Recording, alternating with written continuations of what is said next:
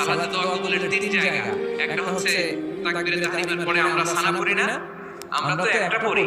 আল্লাহর হাবিব সুন্নাহ এবং নফল নামাজে আরো পড়তেন সানা, ওই দোয়া কবুল হয়। দুই নম্বর জায়গা সালাতে সিজদায় পড়ে দোয়া করলে কবুল হয়। আকরাবু মা ইয়াকুনুল আবদু মির রাব্বিহি ওয়া হুয়া সাজিদ ফাকসিরু ফিহি দুআ। বান্দা যখন সিজদায় লুটিয়ে পড়ে, বান্দা আল্লাহর সবচেয়ে কাছে চলে যায়। কিন্তু বিশ্বনবী বলেন, সিজদাটা তোমার রবের কুদরতি পায়ের উপরে করেছে। সিজদায় পড়ে দোয়া করেন। সালাম ফিরানোর আগে বিশ্বনবী দোয়া করতেন, লা ইউসাল্লিমান্না আহাদুকুম হাত্তা ইয়াতাআওয়াযা মিন আরবা'a। আল্লাহর হাবিব বললেন, চার জিনিস থেকে পানাহ না আছে আমার উম্মত যেন সালাম না ফিরায়। তারা যেন পড়ে, আল্লাহুম্মা ইন্নী আউযু বিকা মিন আযাবিল কবর, আউযু বিকা মিন আযাবি জাহান্নাম, আউযু বিকা মিন ফিতনাতিল মাহইয়া ওয়াল মামাত, আউযু বিকা মিন ফিতনাতিল মাসিহিদ দাজ্জাল। আল্লাহ কবরের আযাব থেকে বাঁচাও, আল্লাহ জাহান্নামের আগুন থেকে বাঁচাও, আল্লাহ জীবন মরণ